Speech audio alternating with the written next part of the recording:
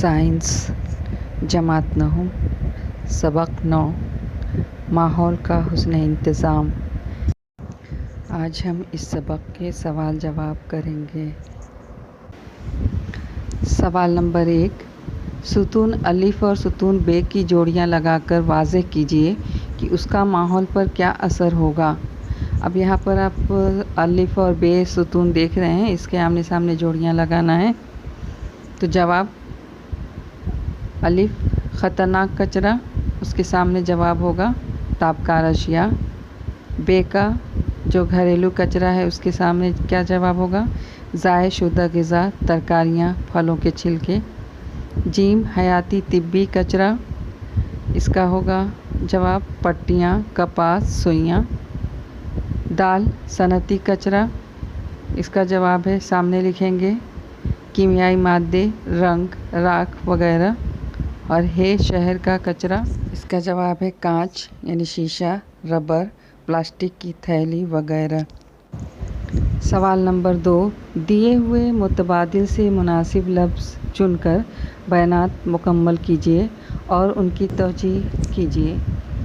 Option दिया हुआ है जोग्राफियाई तवाफ़ुक़, मौसम, हवा, रसदगाह। अलिफ हयाती तनव्वुर पर असर अंदाज होने वाले अज्जा में सबसे ज़्यादा असर करने वाला जुज़्व डैश है। जवाब हयाती तनव्वुर पर असर अंदाज होने वाले अज्जा में सबसे ज़्यादा असर करने वाला जुज़्व जोग्राफियाई तवाफ़ुक़ है। वजह जोग्राफियाई तवाफ़ुक़ हैवानात और नबातात की नशोनुमा और बक़ा को तय करता है, इसलिए जोग्राफियाई तवाफ़ुक़ मख़सूस इलाक़े के गैर हयाती हालात पर मुनहसिर होता है। बे किसी भी जगह कम अरसे के मौसम का बयान डैश है। जवाब किसी भी जगह कम अरसे के मौसम का बयान मौसम है। वजह किसी मख़सूस मकाम पर मख़सूस वक्त की फ़िज़ाई हालत को मौसम कहते हैं। मौसम की तब्दीली कम अरसे के लिए होती है। जीम इंसान कितनी भी तरक्की कर ले लेकिन डैश का ख़याल रखना पड़ता है। जवाब इंसान कितनी भी तरक्की कर ले लेकिन हवा का ख़याल रखना पड़ता है। वजह हमारी रोज़मर्रा ज़िंदगी हवा यानी फ़िज़ा माहौलियाती अज्जा पर मुनहसिर होती है।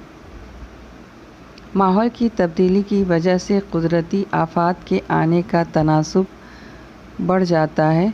जब ऐसी कुदरती आफ़त नाजिल होती है तो पानी की दस्तयाबी, ग़िज़ा की पैदावार, सेहत और तामीरात वगैरह के संगीन मसाइल पैदा होते हैं। इसलिए तरक्की के बावजूद इंसान माहौल के रहम करम पर मुनहसिर होता है। दाल हवा के तमाम अज्जा का मुशाहिदा करके रिकॉर्ड रखने के मकाम को डैश कहते हैं। जवाब हवा के तमाम अज्जा का मुशाहिदा करके रिकॉर्ड रखने के मकाम को रसदगाह कहते हैं। वजह रसदगाह में मौसम और माहौल पर की गई तहक़ीक़ात का इंदराज किया जाता है। मौसमियात के आमाल को समझने के लिए मुख्तलिफ़ तकनीक और आलात इस्तेमाल किए जाते हैं। सवाल नंबर 3, ज़ेल के सवालों के जवाब लिखिए। अलिफ आफ़त में ज़ख्मी होने वाले मुतासिर की इब्तिदाई तिब्बी इमदाद किस तरह करेंगे। जवाब पहला पॉइंट, जब मुतासिर किसी आफ़त में ज़ख्मी हो जाता है तो डॉक्टर के आने से पहले मुतासिर को जो फ़ौरी तौर से मदद दी जाती है उसे इब्तिदाई तिब्बी मदद कहते हैं। ये मदद ज़िंदगी को बचाने के इरादे से की जाती है। दूसरा पॉइंट, ज़िंदगी को बचाने के 3 ख़ास तरीक़े मंदरजा ज़ेल हैं। ए हवा का रास्ता एयर वे, बी तनफ़ुस ब्रीथिंग, सी दौरान खून सर्कुलेशन, जिन्हें तिब्बी मदद का ABC कहा जाता है, उन्हें इब्तिदाई तिब्बी इमदाद की बुनियादी उसूल भी कहा जाता है। ए, हवा का रास्ता, एयरवे। जब सांस लेने में तकलीफ़ होती है तो मुतासिर के सर को पीछे की जानिब तिरछा कर देना चाहिए या ठोड़ी को ऊपर उठा देना चाहिए। इसकी वजह से तनफ़ुसी रास्ता खुल जाता है, इसलिए उसे हवा का रास्ता कहते हैं। बी, तनफ़ुस, ब्रीथिंग। अगर तनफ़ुस का अमल बंद हो जाए तो मुंह के ज़रिए मसनूई तनफ़ुस का अमल करके दोबारा तनफ़ुस का अमल जारी किया जाता है। दौरान खून, ब्लड सर्कुलेशन। अगर मुतासिर बेहोश हो जाए और मुंह के ज़रिए दिया गया 2 मरतबा मसनूई तनफ़ुस का अमल नाकाम हो जाए तो दोनों हथेलियों से सीने को दबाकर दिल पर दबाव डालना चाहिए। उन 2 अमाल को तकरीबन 15 मिनट तक एक के बाद दिगर दोहराना चाहिए। उसे CPR यानी कार्डियोपुल्मोनरी रेसोसिटेशन कहते हैं। ये दौरान खून को दोबारा मामूल पर लाने में मदद देता है। तीसरा पॉइंट, अगर मुतासिर ज़ख्मी हो जाए और ज़ख़म से खून बहना शुरू हो जाए तो उस ज़ख़म पर जरासीम कुश शय रख कर अंगूठा या हथेली से 5 मिनट तक हल्का सा दबाना चाहिए ताकि खून बहना बंद हो जाए। चौथा पॉइंट, अगर मुतासिर शख्स की हड्डियां टूट गई हों तो जिस हिस्से की हड्डी टूटी हो उसे हरकत न देना ज़रूरी है। इसलिए किसी भी किस्म की पट्टियां दस्तयाब हों तो उन्हें बांध कर उसे बेहरकत करना चाहिए। पीठ या मनकों को नुकसान पहुंचा हो तो मुतासिर को सख्त स्ट्रेचर यानी हार्ड स्ट्रेचर पर लिटाकर ले जाना चाहिए। पाँचवा पॉइंट, अगर कोई फ़र्द आग से झुलस गया हो तो कम से कम 10 मिनट तक जले हुए या झुलसे हुए मकाम पर मुसलसल ठंडा पानी डालना चाहिए।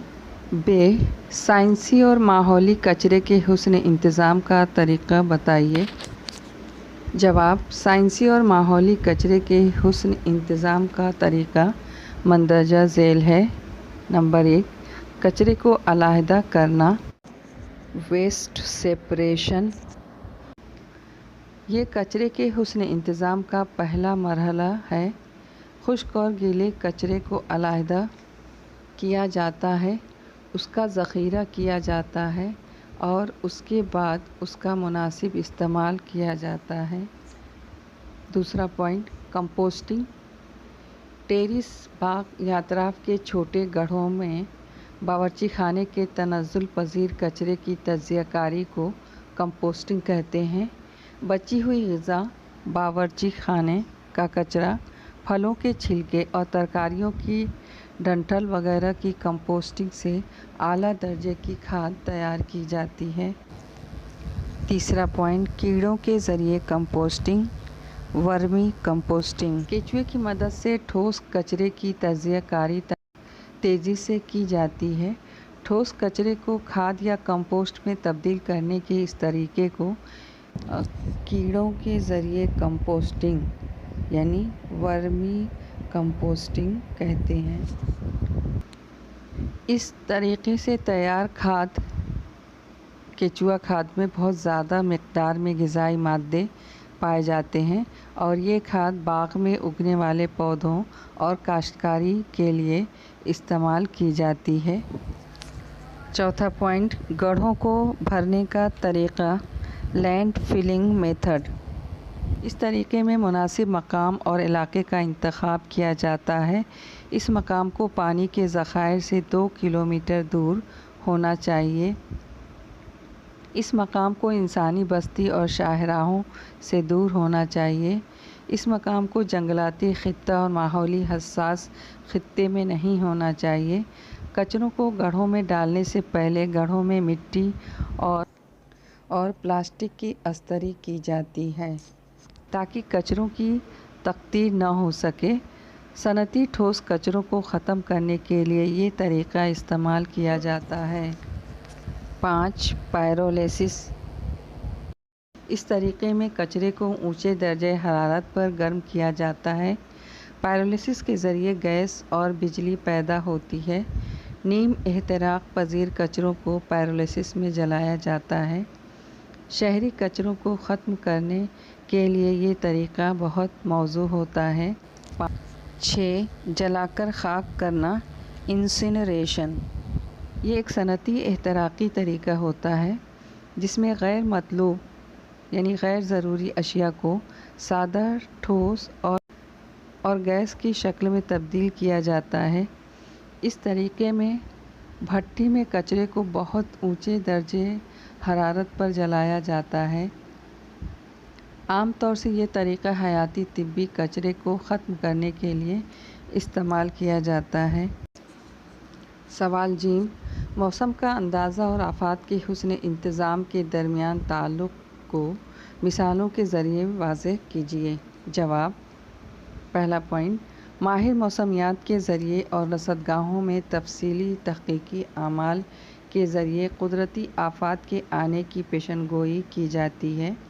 جب کوئی قدرتی آفات نازل ہوتی ہے تو ملکیت، جائیداد اور زندگی کا بڑے پیمانے پر نقصان ہوتا ہے۔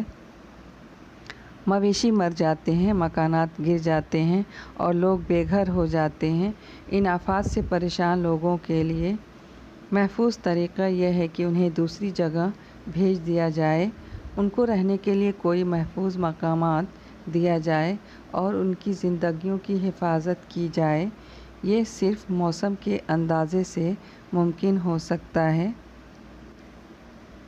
دوسرا پوائنٹ، اس طریقے کی سرگرمی کی مثال 2013 میں دیکھی گئی تھی جب انڈیا میں اڑیسہ کے ساحل پر فیلن سائیکلون آیا تھا۔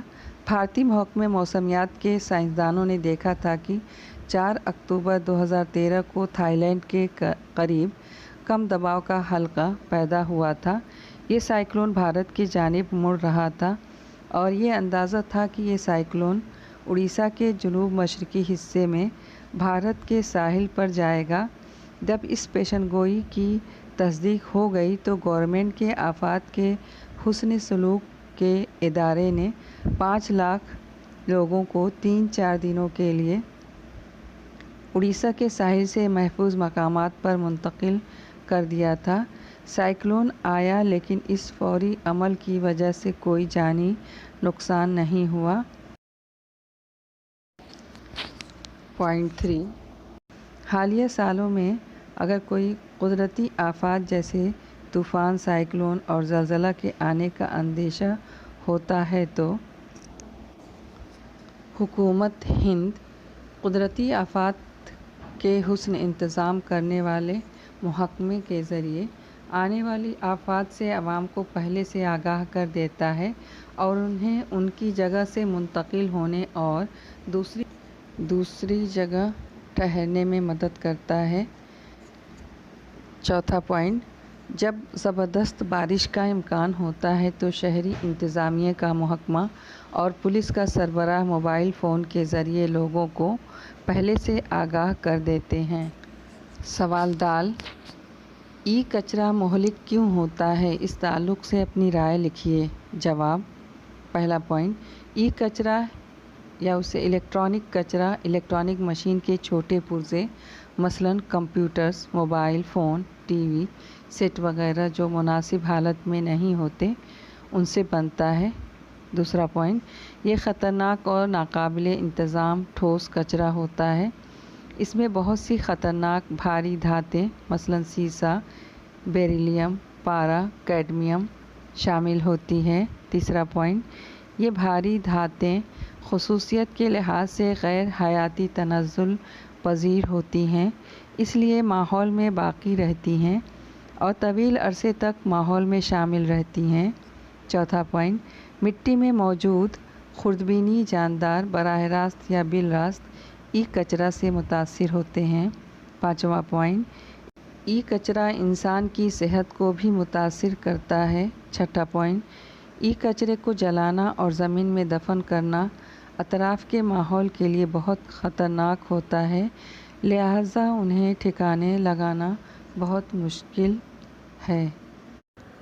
اگلی ویڈیو میں انشاءاللہ آگے کے سوال جواب کریں گے۔